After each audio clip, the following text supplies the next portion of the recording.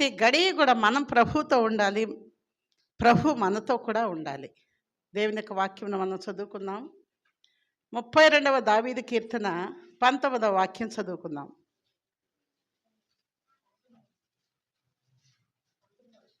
అవునమ్మా,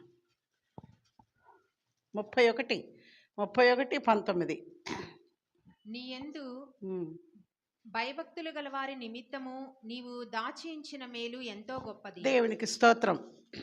దేవుని యొక్క వాక్యం ఏమని చెప్తున్నారు? నీ యందు భయభక్తులు గల వారి నిమిత్తము నీవు దాచి ఉంచిన మేలు ఎంతో గొప్పది. ఆయన అక్కడ కోట్ల గురించి, ధనధాన్యముల గురించి, బంగారము వెండి గురించి, ఆస్తి గురించి ఆయన చెప్పలేదు. దేవుని యొక్క వాక్యం ఏముంటున్నదంటే, ఆయన ఎందు భయభక్తులు కలిగి ఉన్నట్లయితే వాళ్ళ కొరకంట దేవుడు ఎంతో మేలు దాచిపెడతాడట. ఎంతో మేలు ఉంటుందంట. నిన్న నేను గవర్నమెంట్ హాస్పిటల్లో పిల్లలకు బాగాలేకపోతే చూడడానికి వెళ్ళాను, ప్రార్థన చేద్దామని వెళ్ళాను. మీరు గమనించారో లేదో, నేను అక్కడ చూసినప్పుడు హృదయం చాలా కలిచి వేసింది. నాకు చాలా వేదన కలిగింది. అందరూ కూడా ఎంతోమంది, ఒక చిన్న చిన్న చిన్న చిన్న చిన్న పిల్లలు వ్యాధిగ్రస్తులు అయి ఉన్నారు. కనీసం ఒక 120, 150 మంది వరకు కూడా పడకల మీద పడుకొని ఉన్నారు. జ్వరాలు, బాగలేదు, ఎటువంటి చాలా దుస్థితిలో వాళ్ళు ఉన్నారు. వాళ్ళని చూసినప్పుడు నేను ఎక్కువగా ప్రార్థన చేశాను. ప్రభా, చిన్న పిల్లలు ప్రభా, వీళ్ళందరూ ఏమీ తెలియనట్టుడికి పిల్లలు ప్రభా, ఈ బిడ్డలందరినీ కూడా నువ్వు కనికరించి కాపాడు. Praise the Lord. దేవునికి స్తోత్రం. దేవుడు మన నిమిత్తముగా దాచి ఉంచిన మేలేంటి తెలుసా?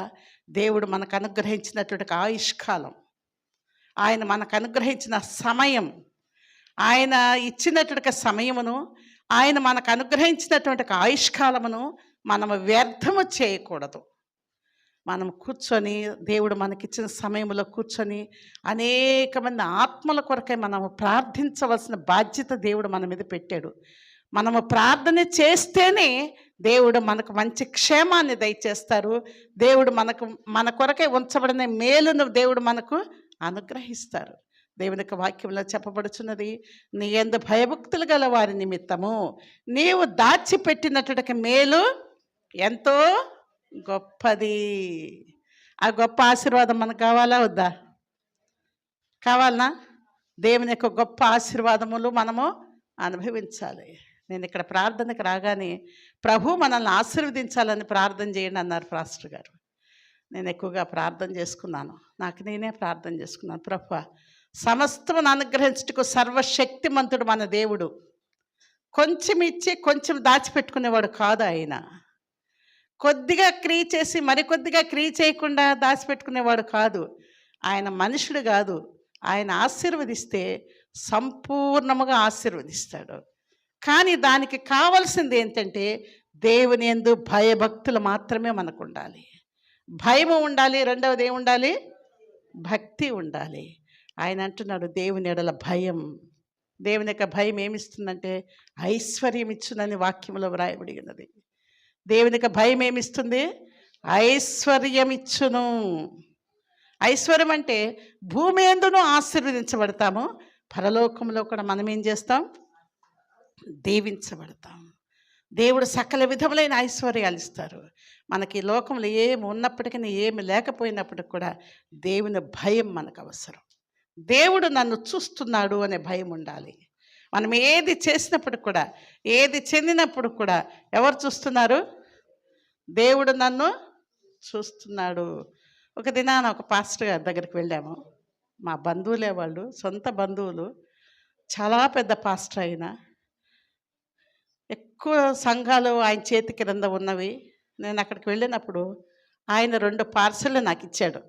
అత్తమ్మ, ఈ పార్సల్ నీకు, ఈ పార్సల్ ఆ అమ్మకే అని ఇచ్చారు. నేను ఆ 2 పార్సల్ పట్టుకొని వచ్చాను. ఆ 2 పార్సల్ పట్టుకొని వచ్చి ఇంటికి వచ్చినప్పుడు నా పార్సల్ వాళ్ళకి వెళ్ళిపోయింది, వాళ్ళ పార్సల్ నాకు వచ్చింది. నేను దాన్ని ఓపెన్ చేసి చూశాను. చూసినప్పుడు ఇందులో విలువ కలిగినట్టు సామాను ఉన్నవి, అందులోనూ విలువ కలిగినట్టు సామాను ఉన్నవి. వెంటనే నేను ఆ పార్సల్ మూసేసి, పర్వాలేదులే, ఇది నేను తీసుకోవచ్చు, అది ఆమెకి ఇవ్వచ్చులే అనుకున్నాను. ఆ రాత్రి ప్రభు యొక్క భయం నా హృదయంలో కలిగింది. ఆ విధంగా నేను చేయకూడదు అని వెంటనే ఏం చేశాను, మళ్ళీ రెండింటిని క్లోజ్ చేసి ఈ పార్సల్, నా పార్సల్ వాళ్ళకి పంపించి వాళ్ళది నేను తీసుకున్నాను. అది చిన్న విషయమే, కానీ దేవుని యొక్క భయం అనేది హృదయంలో ఎప్పుడు కూడా మనం కలిగి ఉండాలి. దేవుని భయం అనేది మన హృదయంలో ఉన్నట్లయితే దేవుడు మనకేమి ఇస్తానని చెప్తున్నారు? ఆశీర్వాదం ఇస్తాను. ఎవరు చూడట్లేదులే, ఎవరు చేయట్లేదులే, చక్కగా మనం వడ్డీలకు మార్చుకోవచ్చు, ఇతరుల యొక్క డబ్బులు మనం తీసుకోవచ్చు, ఇతరులను ఏదో రకంగా మోసం చేయొచ్చు, ఇతరులను ఏదో ఒక రకంగా వాళ్ళ సొమ్ము మనం ఆశించవచ్చు, వాళ్ళ ఆస్తిని మనం సంపాదించుకోవచ్చు అని తలంచినట్లయితే దేవుడు ఏం చేస్తాడు? మనల్ని సులువుగా చిక్కులు పెట్టి పాపములోనికి నెట్టేస్తాడు. నెట్టేసిన తర్వాత తిరిగి మనకు మారు మనసు వచ్చునంత వరకు ఆయన ఆ ముళ్ళ కంచిలోనే మనల్ని పెడతాడు. ఆ ముళ్ళు ఆయన తీయడు. ఎప్పుడు తీస్తాడు? మారు మనసు అనేది మన జీవితంలో కలిగినప్పుడు మాత్రమే. 146వ కీర్తన 5వ వాక్యం చదువుకుందాం.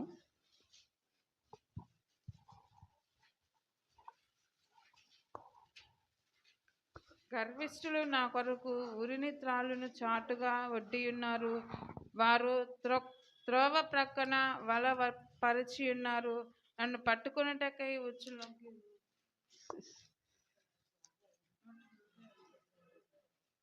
ఎవనికి యాకోబు దేవుడు సహాయుడగనో, ఎవడు తన దేవుడిని యెహోవా మీద ఆశ పెట్టుకొనునో వాడు ధన్యుడు. హల్లెలూయా. ఎవరు ధన్యులు? ఎవడు తన దేవుడిని యెహోవా మీద ఆశ పెట్టుకొనును. ఆశ ఉండాలి హృదయంలో. ఏముండాలి? ఈరోజు బిర్యానీ తినాలి అని ఆశ పుట్టింది అనుకోండి, తింటావా? తినమా? పోయి తింటాం. ఈరోజు మంచిగా పచ్చడితో అన్నం తినాలనుకున్నాం అనుకోండి, దాన్నే తయారు చేసుకొని తింటాం. దేవుని మందిరానికి రావాలి అని ఆశ పెట్టుకున్నాం అనుకోండి, రావాలా వద్దా? ఖచ్చితంగా దేవుని దగ్గరికి రావాలి. దేవునికి వాక్యం ఏమంటున్నది ఇక్కడ? ఎవనికి యాకోబు దేవుడు సహాయుడగునో, ఎవడు తన దేవుడిని యెహోవా మీద ఆశ పెట్టుకొనునో వాడు ధన్యుడు. దేవునికి స్తోత్రం, మహిమ కలుగును గాక. మనము ధన్యకరమైన జీవితం చేయాలి.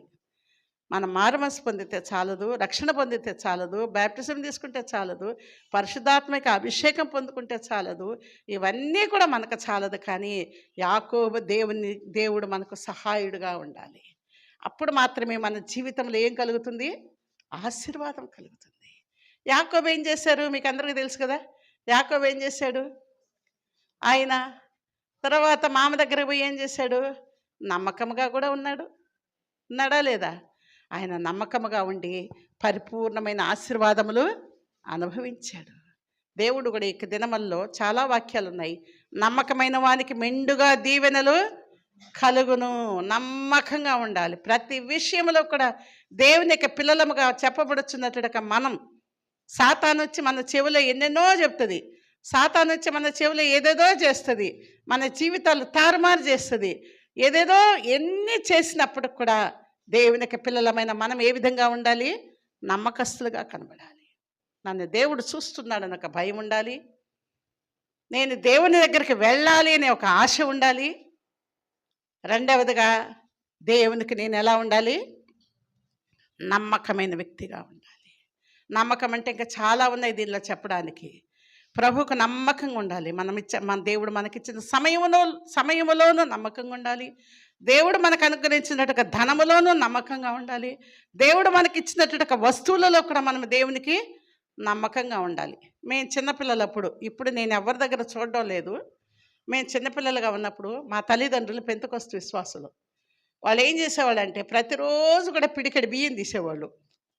అన్నంలో ఎసుట్లో పోసేటప్పుడు ఏం చేసేవాళ్ళు? పిడికెడి బియ్యం తీసి ఒక సంచిలో పోసేవాళ్ళు. వారానికి వాళ్ళు ఏమేమి తెచ్చుకుంటారో అవన్నీ కూడా చిన్న సీసాల నూనె పోసేవాళ్ళు, చిన్న సబ్బు వేసేవాళ్ళు, చిన్న సర్ఫ్ పోసేవాళ్ళు. ఏది తెచ్చుకున్నా సరే అన్నీ ఒక సంచిలో పోసేవాళ్ళు. ఆదివారం రోజు ఉదయం రాగానే ఈ సంచి ఎత్తుకుని అందరూ పోతారు. ఒక చేతిలో బైబిల్, ఒక చేతిలో సంచి. పిల్లలు ఉంటే మా చేతి ఇస్తారు, పదండి తీసుకొని పదండి అనేసి. అప్పుడు మేము అక్కడి నుంచి జేమ్స్ గార్డెన్ వరకు ఆ సంచులు మోసుకొని పోయేవాళ్ళం. పోగానే సంచి ఎత్తుకుపోయి ఆ మూల పెట్టేసి ప్రార్థనలో కూర్చునేవాళ్ళం. ప్రార్థన అంతా అయిపోయిన తర్వాత ఈ సంచి ఎత్తుకొని పెద్ద సిస్టర్ దగ్గరికి పోయేవారు. ఆమె ఏం చేసేదంటే చక్కగా దాని మీద చేయబెట్టి ప్రార్థన చేసేది. ప్రభా, నీ మందిరములకు వచ్చినట్టుకి వస్తువులను మీరు ఆశీర్వదించండి, వీళ్ళ కుటుంబంలో ఏది తక్కువ కాకుండా మీరు ఆశీర్వదించండి ప్రభా అని ప్రార్థన చేసేది. ఆ విధముగా ఆ దినములలో విశ్వాసులైన ప్రజలు బ్రతికారు. దేవుని యొక్క నామమునకు మహిమ కలుగును గాక. ఈ దినాలు అంతా కూడా సమృద్ధిగా ఉంది. వండడం పారబోయడం ఇంకేం పని ఉంది? అన్నీ సమృద్ధిగా ఇచ్చారు. కానీ దేవునికైతే మనం నమ్మకమైన వారముగా కనిపించాలి. ఎలా కనబడాలి? దేవునికి నమ్మకంగా కనిపించాలి. ఒక చిన్న ఉదాహరణ చెప్తాను. ఒక ఆయన ఒక చర్చి దగ్గర ఉన్నారు.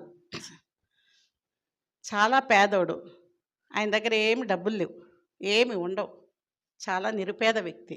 ఒంటరిగా ఉంటాడు, ఒక్కడే ఉంటాడు, ఎవ్వరు ఉండరు ఆయనకి. ఆయన రోజు చర్చి దగ్గరికి వెళ్తాడంట. చర్చి దగ్గర 1 గంటకి వెళ్తాడంట. మధ్యాహ్నం 1 గంటకి వెళ్ళి చర్చి దగ్గర నిలబడుకొని యేసు నేను వచ్చాను, యేసు నేను వచ్చాను, యేసయ్యా నేను వచ్చానని ప్రార్థన చేస్తాడంట. రోజు చేస్తున్నాడంట అట్లానే.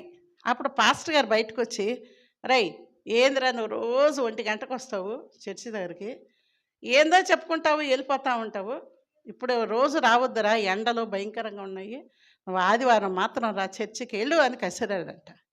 ఆయన అన్నారంట, ఎండ అయినా పర్వాలేదండి, నేను రోజు వచ్చి వెళ్తానని చెప్పేవాడంట. అట్లా రోజు వచ్చేవాడు. ఆయన పేరు జాను. ఒక రోజున ఆయన వచ్చి ఏం చెప్తాడు? యేసు జాన్ నేను వచ్చాను, యేసు జాన్ నేను వచ్చానని ప్రార్థన అంట అయింది. ఒక దిన ఆయనకి కరోనా వచ్చేసింది. హాస్పిటల్ అడ్మిట్ అయిపోయాడు. అయిపోతే ఆ హాస్పిటల్లో బంధువులు వస్తున్నారంట, స్నేహితులు వస్తున్నారు, అందరు వస్తున్నారు. ఎక్కువ పండ్లు తెస్తున్నారు, బ్రెడ్ తెస్తున్నారు, మందులు తెస్తున్నారు, ఏదేదో తెచ్చేస్తున్నారంట. ఇతనికి చూడడానికి ఎవ్వరు కూడా లేరు. ఈ పక్క బెడ్ ఆయన అడిగాడంట, మా బంధువులు మా స్నేహితులు ఎంతమంది వచ్చి నాకు ఇన్ని ఇచ్చినా, ఇన్ని రోజులైనా నేను వేరేగా ప్రైవేటు మందులు తింటున్నా, నేను రోజు రోజుకి క్షీణించిపోతున్నాను. జాను, నీ దగ్గరికి ఎవ్వరూ రావడం లేదే, నీకు ఒక్క పండు కూడా ఎవ్వరు తెచ్చివ్వడం లేదే, మరి నువ్వు మాత్రం బాగా చక్కగా జ్వరం అంతా పోయి మంచిగా నీట్గా ఉన్నావే, ఎలాగున్నావు అని అడిగాడంట. అప్పుడు జాన్ చెప్పాడంట, ఓరి పిచ్చోడా, కరెక్ట్గా 1 గంటకి యేసు ప్రభు వస్తారు నా దగ్గరికి. జాను నేను వచ్చాను, జాను నేను వచ్చానని చెప్పి వస్తారు ఆయన. ఆయన వచ్చి నాకు పండ్లు ఇస్తాడు, మందులు ఇస్తాడు, అన్నీ ఇస్తాడు. ఆయన వచ్చి వెళ్ళిపోతాడు. ఆయన మీకు ఎవరికి కనబడడు. కాబట్టి నీవు కూడా యేసుని నమ్ముకో.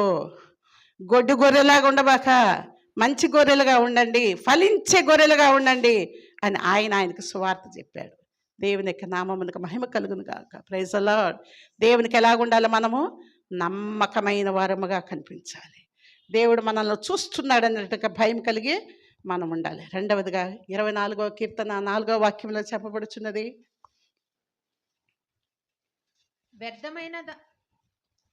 వ్యర్థమైన దాని యందు మనసు పెట్టకయు, కపటముగా ప్రమాణము చేయకయు, నిర్దోషమైన చేతులను శుద్ధమైన హృదయమును కలిగి ఉండువాడే వాడు యెహోవా వలన ఆశీర్వాదము నందును. దేవునికి స్తోత్రం.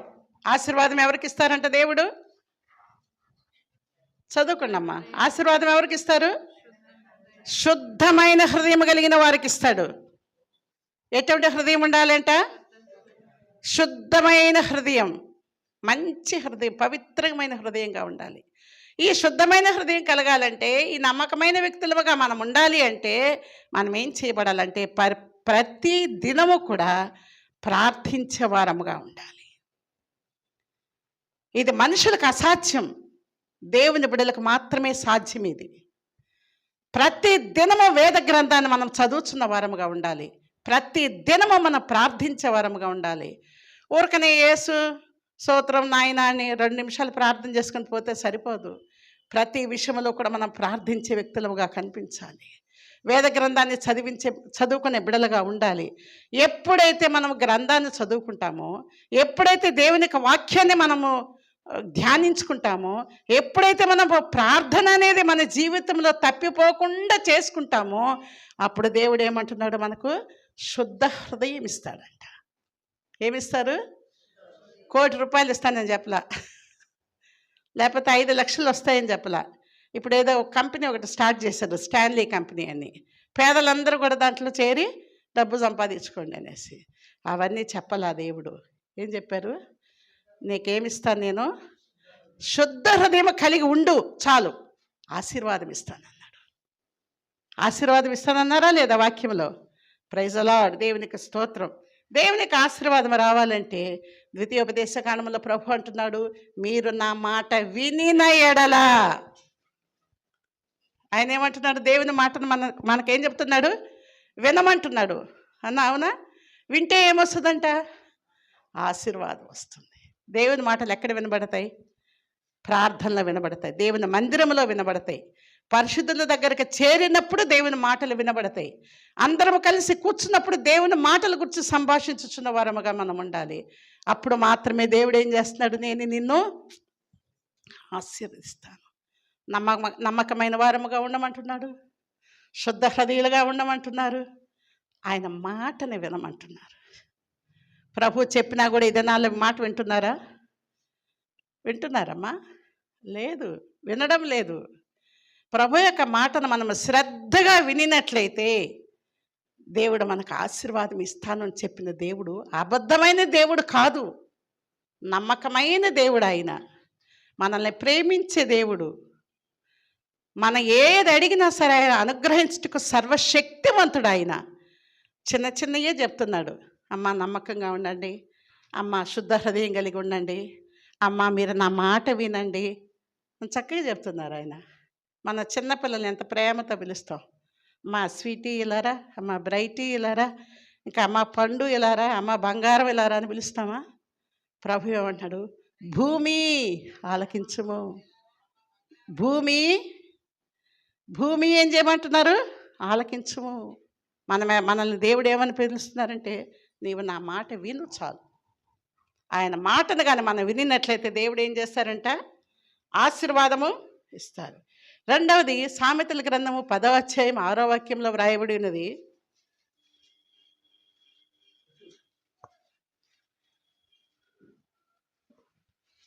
నీతిమంతుని తల మీదకి ఆశీర్వాదములు వచ్చును. హల్లెలూయా, హల్లెలూయా చెప్పండి అమ్మా, హల్లెలూయా. నీతిమంతుని యొక్క తల మీదకి ఏం వస్తాయంట? ఆశీర్వాదాలు వస్తాయి. ఆశీర్వాదం అనేది వచ్చినట్లయితే, దేవునికి అగ్ని మన మీదకి దిగినట్లయితే అక్కడ ఎటువంటి వ్యాధి ఉండదు, ఎటువంటి దుష్ట శక్తి మన మీద ఏలుబడి చేయదు, ఎటువంటి యొక్క కీడు పాపము అనేది దూరముగా ఏమైపోద్ది? పారిపోతుంది. ఉంటుందా? మీరు బాగా పొయ్యి మంటేసారో లేదు, ఇప్పుడంతా గ్యాస్ స్టవ్లు కదా. పొయ్యి మంటేసినప్పుడు చూడండి, పురుగులు వస్తాయి పొయ్యి చుట్టూ? వస్తాయా? రావు. పొయ్యి మంటేస్తే పురుగులు రావు. ఎందుకు రావు? వేడికి రావు, అగ్నికి మాడిపోతాయని రావు. అదే విధముగా నీతిమంతుని యొక్క తల మీదకి ఏమొస్తాయంట? ఆశీర్వాదాలు వస్తాయి. నీతిమంతుని యొక్క తల మీదకి ఆశీర్వాదం వచ్చినప్పుడు పాపం వెళ్ళిపోద్ది, శాపం వెళ్ళిపోద్ది, రోగం వెళ్ళిపోద్ది, మనకున్నటువంటి యొక్క దరిద్రత వదిలిపోద్ది, కీడు వదిలిపోద్ది. నిన్న ఒక ఆయన వాక్యం చెప్తున్నాడు, నీ అంత దరిద్రుడే లేడురా అని చెప్తున్నాడు. దరిద్రత తీసేది ఎవరు? దేవుడు.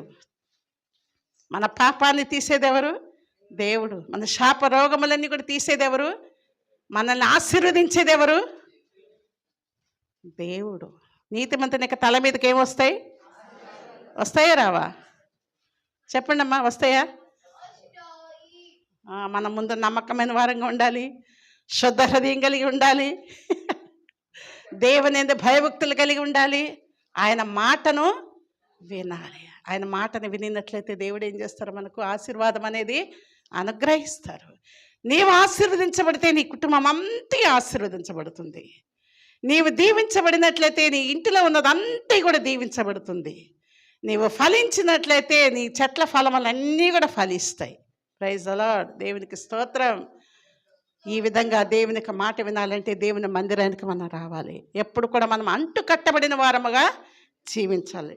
చివరగా 128వ దావీదు కీర్తన 5వ వాక్యం చదువుకుందాం.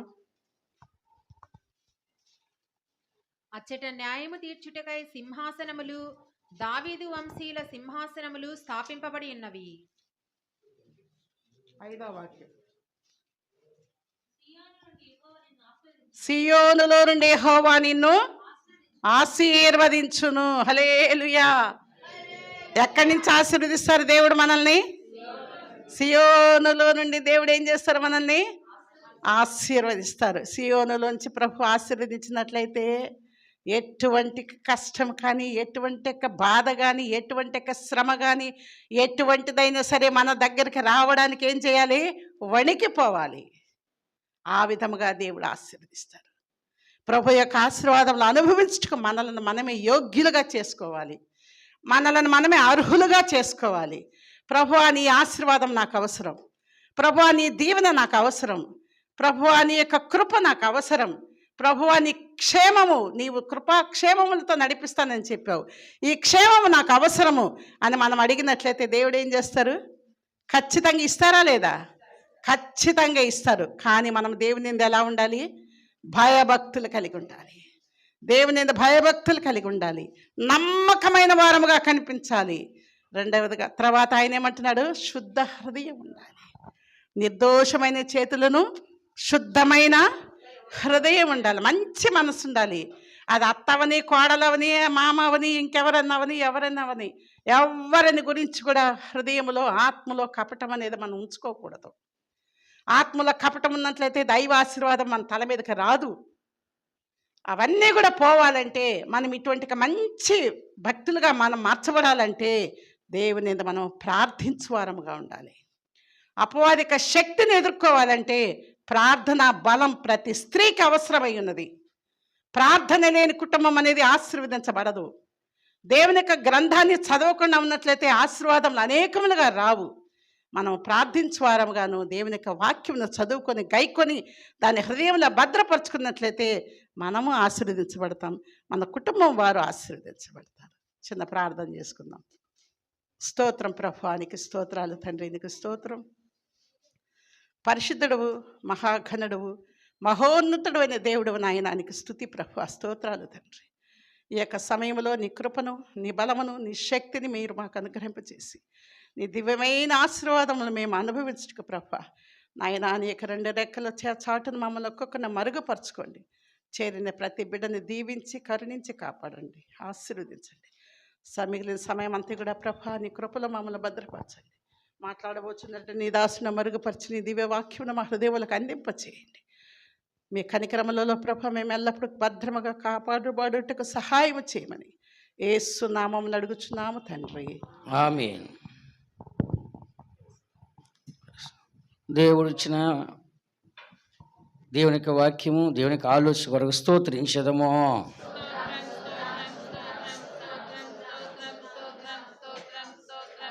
స్తోత్రం స్తోత్రం స్తోత్రం స్తోత్రం స్తోత్రం స్తోత్రం స్తోత్రం స్తోత్రం స్తోత్రం స్తోత్రం. ఎల్లప్పుడు కూడా దేవుడు మనల్ని ఆశీర్వదించాలని కోరుతున్నాడు. మనం కూడా